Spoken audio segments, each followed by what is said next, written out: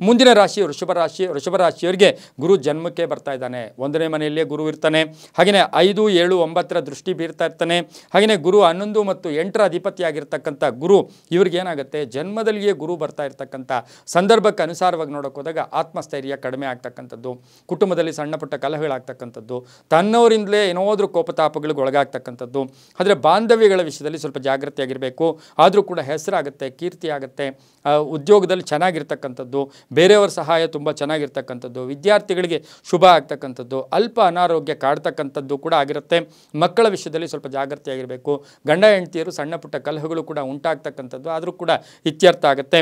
ಇನ್ನು ಆಕಸ್ಮಿಕ ಧನ ಯೋಗ, ಆಕಸ್ಮಿಕ ವಾಹನ ಯೋಗ, ಮನೆ ಕಟ್ಕೊಳ್ಳೋ ಯೋಗ, ಸೈಟ್ ತಗೊಳ್ಳೋ ಯೋಗ ಗುರು ಜನ್ಮದಲ್ಲೇ ಇರ್ತಕ್ಕಂಥದ್ದಾಗಿರೋದ್ರಿಂದ ನಿಮಗೆ ಒಳ್ಳೆಯ ಫಲಗಳನ್ನು ಕೂಡ ಕೊಟ್ಟು ಹೋಗ್ತಕ್ಕಂಥ ಸಾಧ್ಯತೆ ಇರುತ್ತೆ.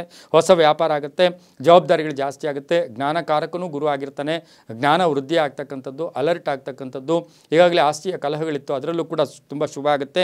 ಇವರಿಗೆ ಇನ್ನೂ ಹೆಚ್ಚು ಒಳ್ಳೆಯದಾಗ್ತಕ್ಕಂಥದ್ದಾದರೆ ಬಿಳಿ ಮತ್ತು ಹಸಿರು ಬಣ್ಣವನ್ನು ವರ್ಷದಲ್ಲಿ ಹೆಚ್ಚಾಗಿ ಉಪಯೋಗಿಸ್ಕೋಬೇಕಾಗಿರುತ್ತೆ. ಹಸುಗಳಿಗೆ ಆಹಾರ ಕೊಡ್ತಕ್ಕಂಥದ್ದು, ಗೋಶಾಲೆಗಳನ್ನು ಭೇಟಿ ಆಗ್ತಕ್ಕಂಥದ್ದು, ಅನಾಥ ಮಕ್ಕಳಿಗೆ ಸಿಹಿಯನ್ನು ಹಂಚಿದ್ದೆ ಆದರೆ ಗುರುವಿನ ಕೃಪೆ ಇನ್ನೂ ಹೆಚ್ಚಾಗುತ್ತೆ.